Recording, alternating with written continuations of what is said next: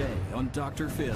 You're crazy! Is her daughter I have a problem with the thug guys that she likes. involved with a convict? You think she's going to wake up and go, Mom's right, I'm an idiot.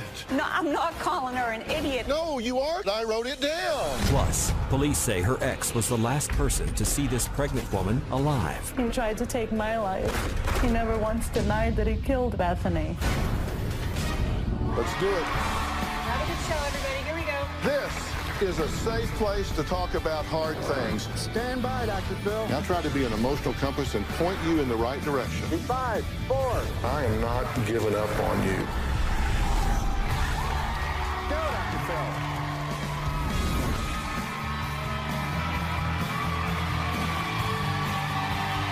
How you doing? Hey, guys. Growing up, most girls dream of one day falling in love and meeting their Prince Charming, just like a fairy tale. My guest today says it's what she's always wanted for her daughter. She's never once dreamed her sweet young daughter would grow up one day and fall in love with a man in jail. Her mother worries her daughter is facing a dangerous, unhappily ever after. You give your phone number out to anybody that you would meet. Who have I gave my phone number I don't to? know. You still talk to all these different guys, accepting friend requests from people that you don't even know. You assume it's guys. You don't know. And it's pissing me off. My daughter, Jade, is putting herself out for danger to be raped. You can see your phone. Yeah. Jade dresses provocatively. My daughter wears her makeup like a drag queen. I never freaking pleased you. You need to freaking let me go. You broke the trust. When Jade was around 14, I took her phone because I'll take it periodically. It's my phone. I pay for it. And I saw that she was sending naked pictures to a boy. I smashed that phone. My mom's been crazy since I was 13 years old. I act like a psychopath and everyone sees it. Nobody's gonna hurt my daughter. She treats me like I'm 2. Jade's phone gets turned off at 11 p.m. and gets turned back on at 7 a.m. and it's on restriction between 4:30 and 6:30. I have deleted contacts. She can't take pictures. She can't access any new apps. No internet access. Because Jade has made bad choices in the past, I am overprotective of her. You're crazy! I'm crazy in love with you. Get it right.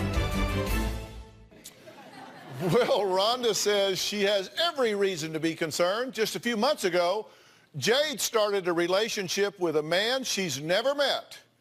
And for good reason. He's in jail. Last year, I found out my daughter was speaking to a guy in jail. I didn't think it was a big deal. He wasn't like in jail for like killing someone. He was just in jail for selling drugs. He was African American, he had gold teeth, he was tattooed from the neck to the waistline. He was a thug, a drug dealer, smoking weed in his cell. We would call each other every day. I was planning to see him after he got out of prison.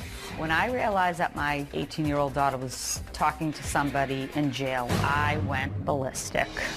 I ran into her room and screamed, "What are you doing?" And her response to me is, he was only dealing drugs. And then she was just like, "You're not having a phone ever again." Like, she was just flipping out. I took everything away from her, social media, her phone. She had access to nothing. My mom says that she's protective and loves me, but I think she's crazy. Okay, what's your biggest fear here? What's going to happen? She's going to be taken, raped, solicited for prostitution, Right. or killed All right, and your strategy is, to keep her safe, and you're going to do that by what? no matter what. Anything that I can do. Anything you can do. Okay, Yes. and do you think you do dangerous things? Not necessarily, no. Not necessarily. Okay, she says, you think she dresses like a drag queen, you say? Her makeup, sometimes, yes. Her makeup. Did you do your own makeup today? Yes. How do you think she looks today? She looks pretty. I would put on something over the top if I Yeah. had a choice. Yeah. Yeah. And you're how old? 18. That's a bit of a problem, isn't it? Yes, I understand that, but I feel that she puts herself in danger all the time. So, as a mom, I have to protect her.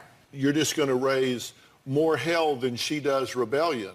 So it's hellion versus rebellion, and this is just going to go until you win, is your theory. That's the way it's been going, but I don't want it to continue to go like this. I want to... Well, but maybe it's okay. How's it working for you? It's not. It's not working at all. You did not need to come here for me to point out to you that this wasn't working. No, but I feel if I continue that maybe she'll wake up and say, well, my mom's right. Okay. Okay. So you think that someday she's just going to wake up and go, oh, Mom's right, I'm an idiot. No, I'm not calling her an idiot. I just think No, you are calling her an idiot. I wrote it down. Isn't she calling you an idiot? Yes. And I've told her to get her head out of her ass, yes. But I mean, it's because I want her to understand that I'm only trying to protect her. Okay, do you really not get it, or do you just not want to say it out loud? I'm the idiot, I guess. No, you're just scared.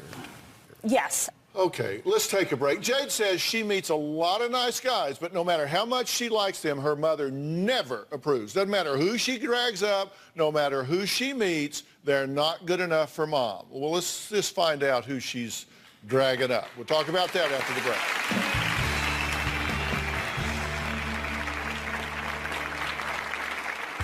Jada texted, I need to tell you something before I come home. She said, I have a hickey.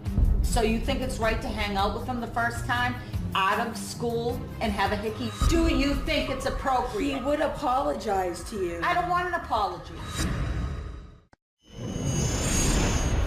I don't have a problem with my daughter being with a black man. I have a problem with the thug guys that she likes. Just because I like to watch BET and stuff, she came out slamming doors like so loud. She's like, oh, you're watching a show. Love and hip hop, gangsta girls, this and that. All the crap that she watches, she just tries to act like them.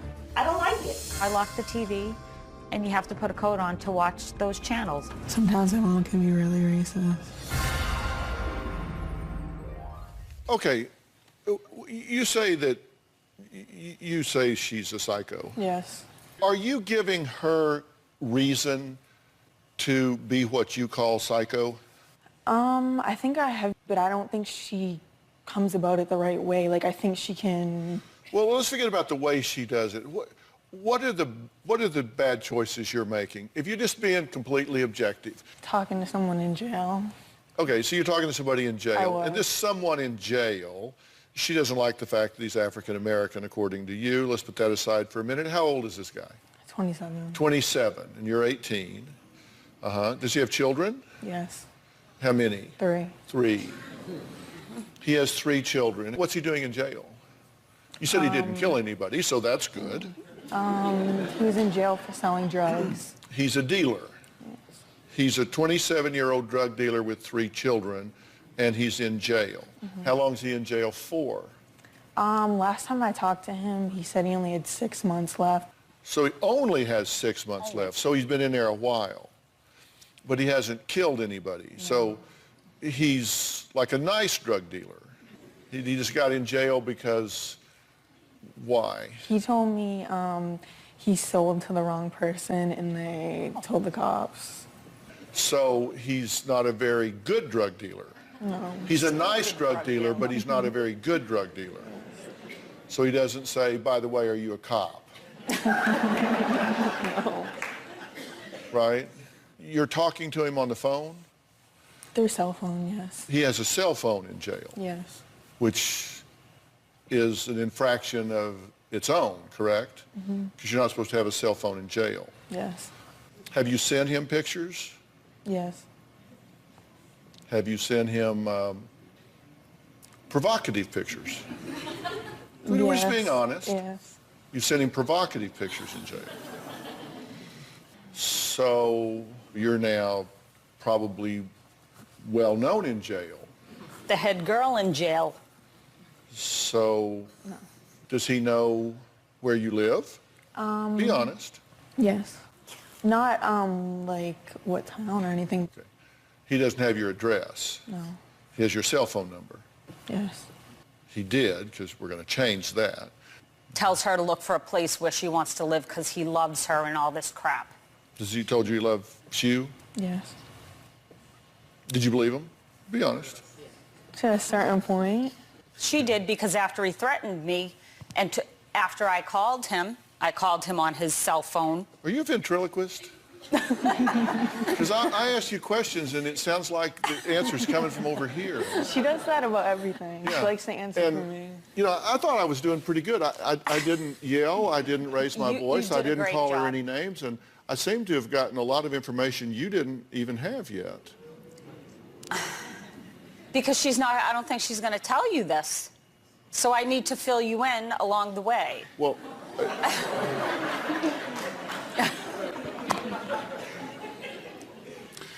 more of the Rhonda show right after the break. Jade says if things don't get better, she's moving out. Is that a good idea? I'm going to tell them both what I think when we come back.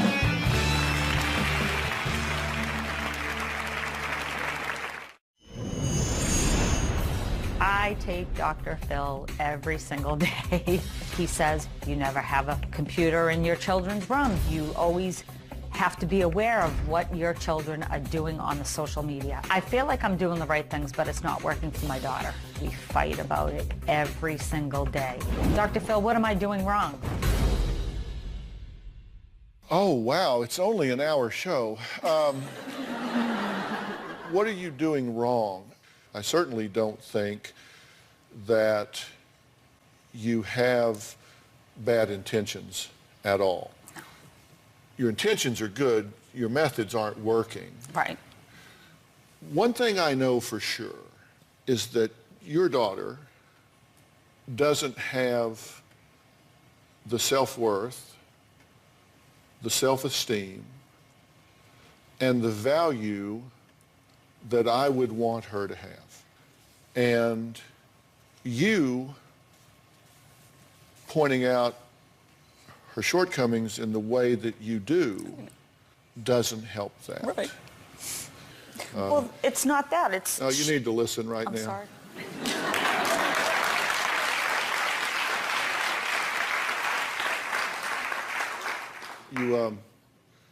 You're blocking TV channels like BET. You're not blocking porn, you're blocking BET. You need to listen right now. Here's the problem. You're young and incredibly naive. You can't see around corners because your brain's not fully grown yet. I don't mean that to be condescending. I mean it to be neuroanatomically correct. Mm-hmm. The last part of the brain that grows is the neocortex, which is where you get foresight, the ability to predict the consequences of your actions. And when I said that your self-worth and your self-esteem and all is not where it needs to be, what I mean is I don't want to yell and scream at you. Have you noticed I haven't done that? I haven't said anything ugly to you, have I? No. Because what I want you to do is I want you to value yourself enough where you would say, I'm not putting myself there because I value myself too much to do it. For that reason, I asked the folks at Onsite to come here today. They're a program that we work with that I am just so proud of. I asked Miles Adcox to be here. He's the CEO of Onsite. Say hello to Miles. He's right here. And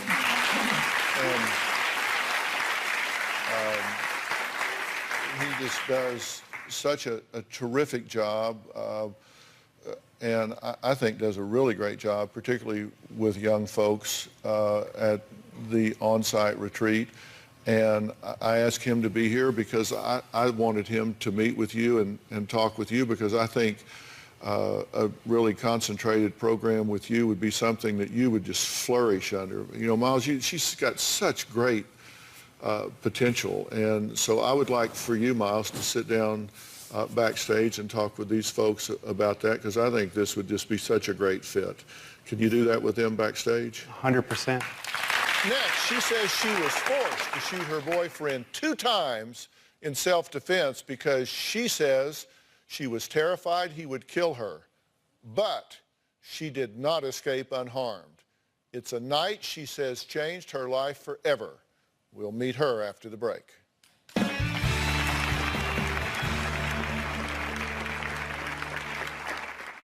I started to feel like there was a side of Ronald that I had never seen. He would get loud and controlling.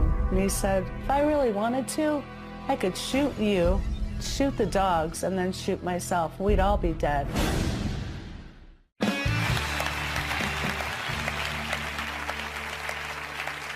My next guest, Vicky, says that 4 months ago, her ex-boyfriend nearly killed her.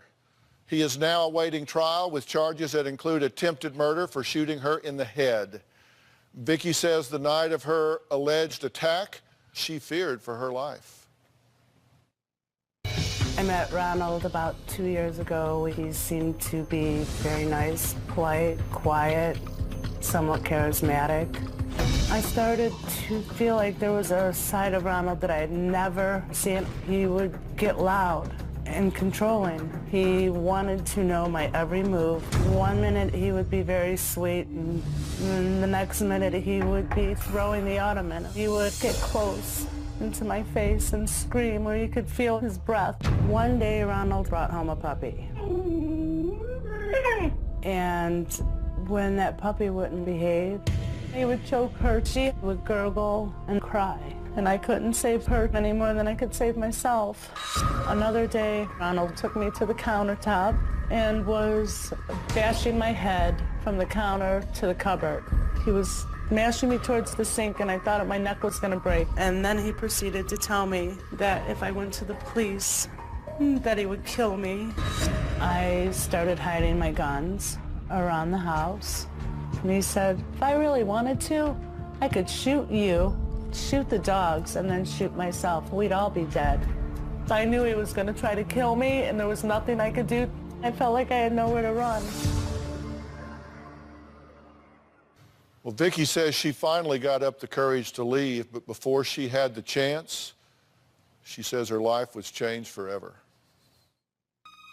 The night that Ronald attacked me, and my life changed forever. He grabbed me and started going crazy. I know he was hitting me, but my neck snapped. I could feel it. I heard it. He proceeded to beat me, choke me, spit on me. He was fighting me and laughing at me, and I was begging him to stop. He started to rip my clothes off. He choked me. The light flashed and the darkness came, and I was gurgling. He was so busy hurting me that he didn't see that I was trying to get the gun from under the chair. I started pulling the trigger. I shot him twice. He started wrestling me to get the gun. He shot me. He tried shooting me 3 times. The 3rd shot went in my head. I put my arm up in front of me, and the bullet went in my arm and into my head. I was throwing up blood. I realized, my God, I'm not dead, and he's still beating me. He walked towards the kitchen. Once he hit that kitchen, that was the moment that I ran. The bullet is still in my head. My eye, it's dying out. Ronald has been charged with attempted murder. I can only pray that Ronald doesn't get out, because if he gets out, he's coming to get me. Vicky is here along with her sister Joey, and I'm so glad you're here at so many levels, and thank you for being here. Thank you with for her. having us. This, it's got to be hard to talk about again and to see and hear some of this footage, right? I wish I would have made different choices. How so? What would you have done differently? Well, I had an escape plan, and I didn't follow through. What was your first clue? What was that first thing in your head, in your heart, that said, something's way wrong here? He had been accused of something, and I just asked politely, confronted him, to let him know what I had heard. Because someone had said to you, someone had approached you about it, right?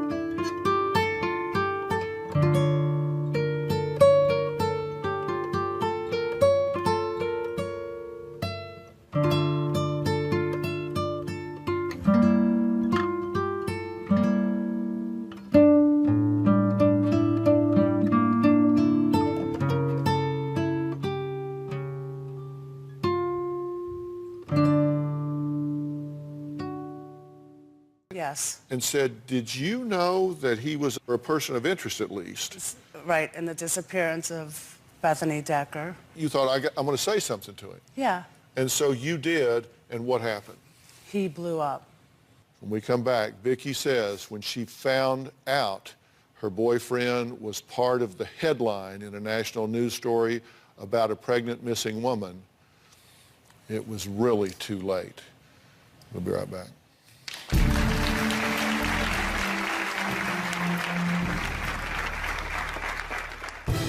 Where is Bethany Decker? Army wife, 5 months pregnant with a second child, vanishes. Ronald was the boyfriend last seen with Bethany Decker. Why did the boyfriend move out immediately when she goes missing. This is about possible murder.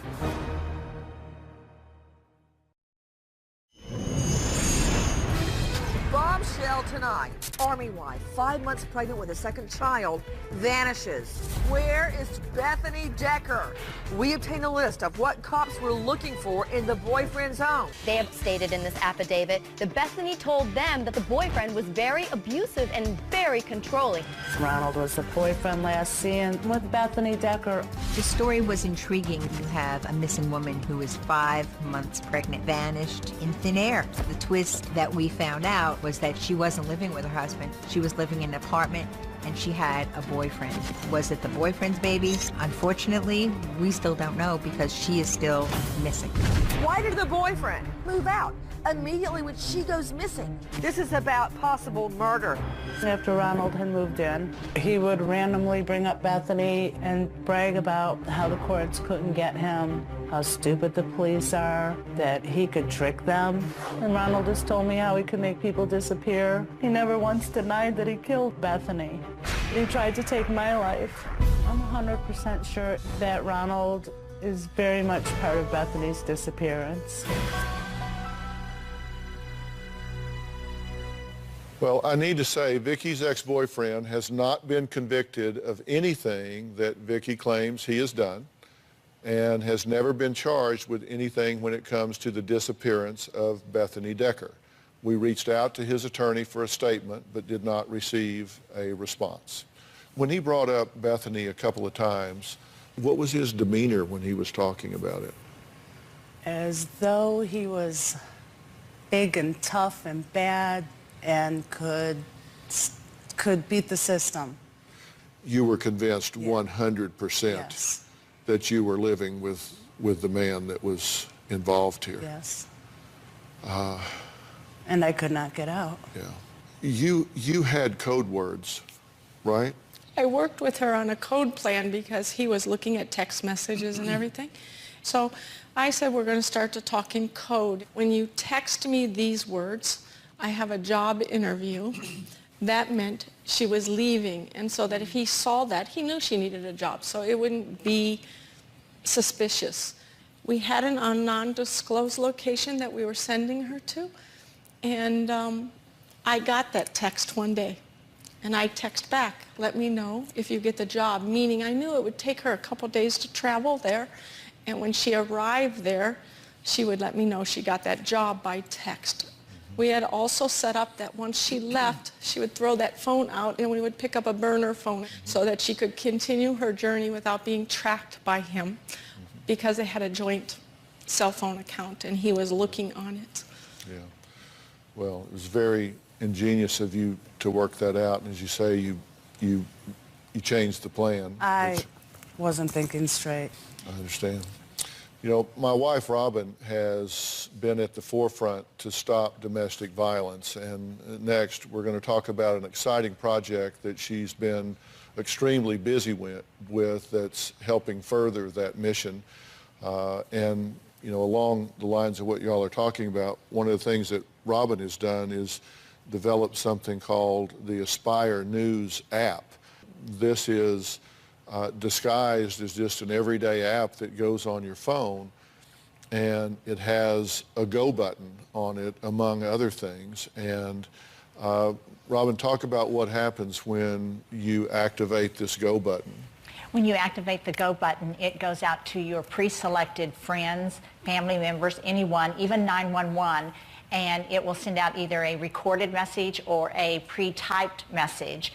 And they know that when they get that you're in trouble. It also starts recording what's going on during the situation, so that if your abuser tells the police, no, she started it, they know, no, he started it.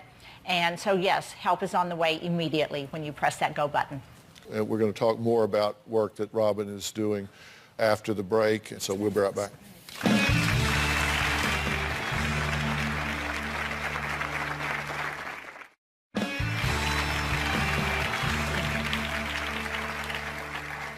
Last year, Robin and her foundation, When Georgia Smiled, hosted a groundbreaking domestic violence summit where leaders from the domestic violence community came together to speak about this often silent epidemic.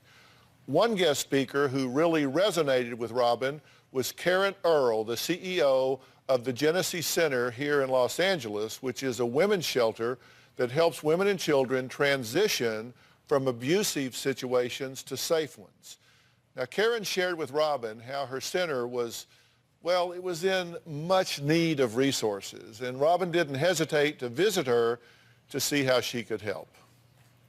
It's so wonderful to see you again. Oh, I would love for you to tell me more about the Genesee Center. Well, Genesee is a safe place for women and children. This is where they come when they're escaping domestic violence. Well, the number one message from When Georgia Smiled, when women and children are trying to leave an abusive situation, is safety first. Let's take a little tour and look at what we're going to change. I see these lights hanging like this. That looks very dangerous. And that's all the light you have out here. So we don't have lights in the backyard. Yeah. So when the children come in from school and once it gets dark, they can't even use this area. I'm looking around and I see that some of this is a little bit worn out. Yes, it has been here for a while and used thoroughly. I see also under the play area, it's a little bit uneven, and hopefully they can even that out and make that soft. What is this area? Well, it's designed for the women to have a place to come. They have meetings, discuss issues. They can enjoy the outside. Oh, I think we could use some new furniture. What do you ladies think? Yeah. If you consider so many families, everybody is using it over and over, yes, it would be a nice change to have something new. It's going to be just a beautiful redo with the safety of the children in mind. I see just a gorgeous flower box just going the entire perimeter of the yard. Yeah. It would just be such a beautiful visual for everyone when they come out here. Hopefully we can also bring in new toys for the children. Now, one more thing. I would love to know what's going on with this garage behind us. We'd love to tell you. All right, let's look at that. It's a two-person job. It gets tricky here. So you just have to hold it, and I'm going to lift it. Okay, I'm pushing the... Oh. And you have to help... Oh. Whoa. It's going to stay up? Hopefully. I think it's obvious that we need a new garage door, yes, because that was a bit scary. You don't use this for a garage. It looks like storage. While you have it very organized and clean, you need more storage on the walls. This has been a great tour. Our number one goal when we arrived here today was to see what we could do to make the world a safer place for the women and the children that live here. And so I thank you women so much for having us here, and I cannot wait to see the final result. The women and children who come to this shelter to feel safe and comfortable while they take the first steps to beginning their new lives. And I couldn't wait to roll up my sleeves and get to it. With the amazing generosity of the Home Depot and their Team Depot volunteers, we got right to work. Today we are going to transform the backyard of the Genesee Center. We have 30 volunteers today from our local Home Depot coming in to help make this happen. Home Depot! All right, guys, go to it. We are so happy that Robin McGraw has brought in the Team Depot because one of the Home Depot's core values is giving back to our community. This backyard really needs a renovation. We're taking out the old jungle gym. We're putting down new artificial turf. The next step is to get the swing set installed. Let's smooth it all out so they can play. We're going to be putting in some flower beds and even a vegetable garden. I was really hoping that I could donate a tree that would bloom, and this one's a lemon tree. As it grows and it has the fruit on it that they think of us at the Dr. Phil show and When Georgia Smiled. The garage door is very old and it is definitely not very safe. We're going to be installing a brand new garage door with a brand new remote control. Right now the garage is in complete disarray. Today we'll be transforming the inside of the garage to make it easier for them to access the things that they need for the house. The facility is in desperate need for storage space, so we have a 16 by 4 foot storage shed coming in. We have a new gazebo going up. We have a new table, new chairs. We have a beautiful fountain that will be back here. We're going to be replacing the security lights because they are not functioning right now. Just put them down here like this. I love how many lights we've put in here. It's going to be so safe for all of the children. And we have brand new toys coming in. Hula hoops, tricycles. Oh, they're bubbles. Look at the bubble sticks. All right, so we're just going to spread it around. When we are done, this place is going to look amazing. I want to start by telling all of you a huge, from my heart, thank you. Without you, it would not have happened.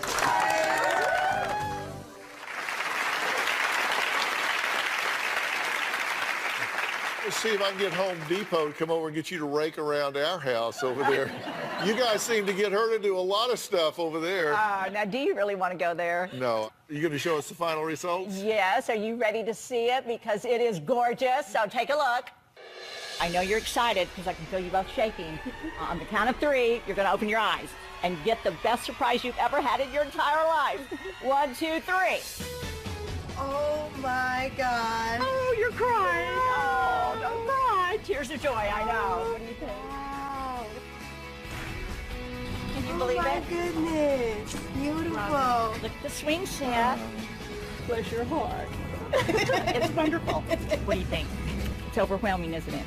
Yes. So beautiful. Try out that swing. Woo! Yeah. Thank you to Swing Set Solutions. They donated this beautiful swing set to the children here, and I am loving it. They planted these beautiful flowers. Yeah. It's beauty, beauty, beauty. Yes, yes. And it's functional. Yes. The lights. Look how wonderful. We have all the lights. It's going to be so safe for them. And look at all of these beautiful toys. Mattel donated. They have seen firsthand what play can do for a child's mental and physical capabilities. And look at this beautiful living area. I love the colors. The fountain is so peaceful, isn't it? I'm grateful and thinking about how this is going to impact the children and the families. It will let them know how special they are. Oh, that's so true. Remember that rickety old nasty garage door that took 2 of us to open? Watch this. Notice you don't hear it because it's so nice and quiet. Oh my God! This space! I can't believe it. Look at all the bins. It's all organized, cleaned up. This is just a gift from Home Depot. Happy children, thriving, peace, hope. Inspired. Inspired. Wow. Thank you, Robin. You are so precious. Don't thank us. We thank you for allowing us to be a part of this.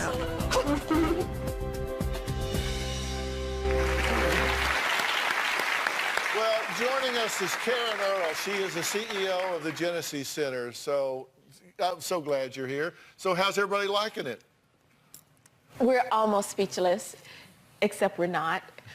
We're super, super grateful to see the looks on the families when they walk out. Just complete gratitude that someone took days and days and weeks to do that for them.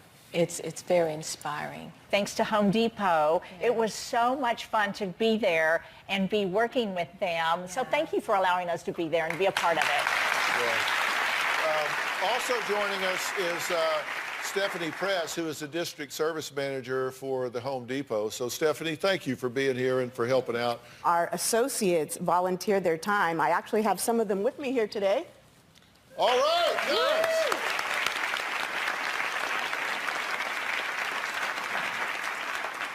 It's something that we take very near and dear to our hearts. It's very important for the associates to feel like they are participating in their communities where they work. I also know that a huge passion of y'all's is working with veterans as well and giving back to the veterans. So I love that y'all do that as well. Yes, Dr. Phil. Actually, 35,000 of our associates are actually veterans. Yeah. Wow. I love that. That's just great. And you guys have impacted more than 15,000 veteran homes as well as doing the stuff with the domestic violence shelter. So that's a lot of good work that y'all are doing. So thank you, Dr. Phil. Next, I have a little surprise for Robin. Find out what it is after the break.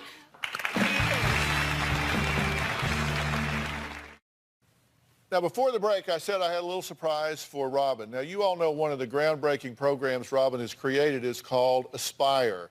It's a free, interactive domestic violence education curriculum that's specifically designed for 3 different age groups.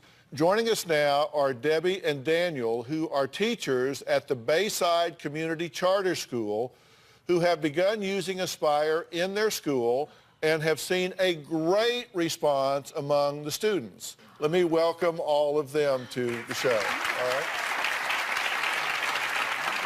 And Daniel, this isn't just a lecture thing. You let the kids interact and go back and forth, right?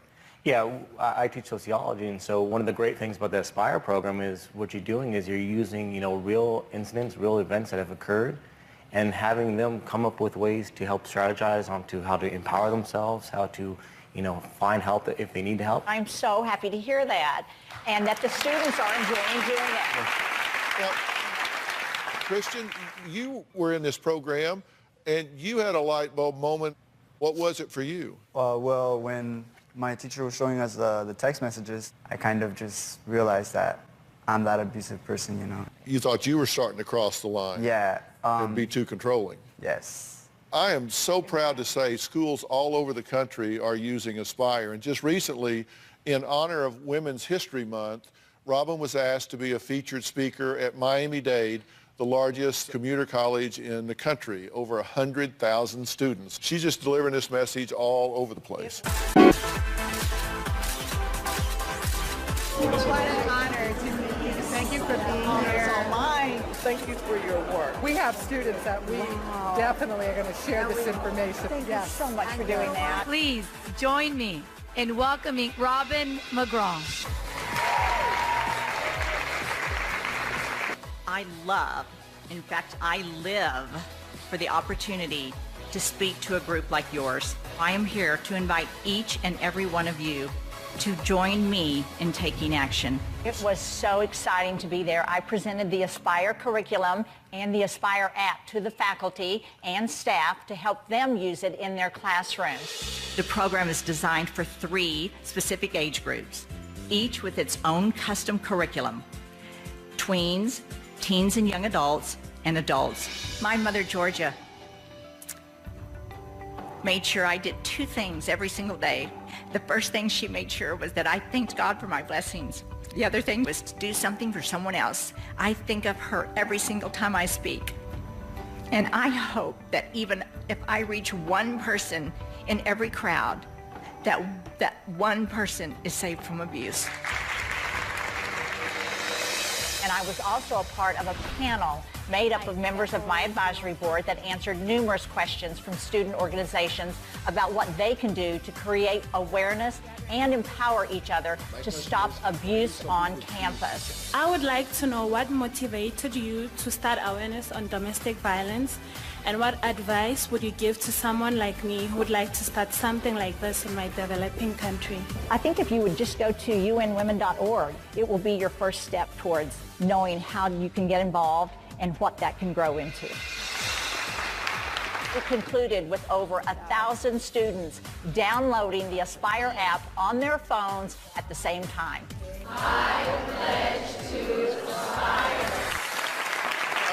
I'm really proud of you, so good job. Listen, we got to get going. I want to thank all of my guests today. A big thanks again to the Home Depot Foundation and the Team Depot for all of their help and all of their hard work. I'd also like to thank the Swing Set Solutions. They're a great company located right here in Southern California, and we're a big part of the Genesee Center project. If you want to download Robin's Aspire curriculum, please go to whengeorgiasmiled.org or drphil.com. You can also visit iTunes or the Android App Store to download the free Aspire app for your app phone. Now, also today, we discussed the story of Bethany Decker, who is still missing. If you or anyone you know has any information, please go to drphil.com, where we will have information for where you can call. Thanks, everybody, for being here. So long. Thanks, guys. See you guys. Thanks so much. Appreciate you guys being here. Thanks. Appreciate you guys. Thanks.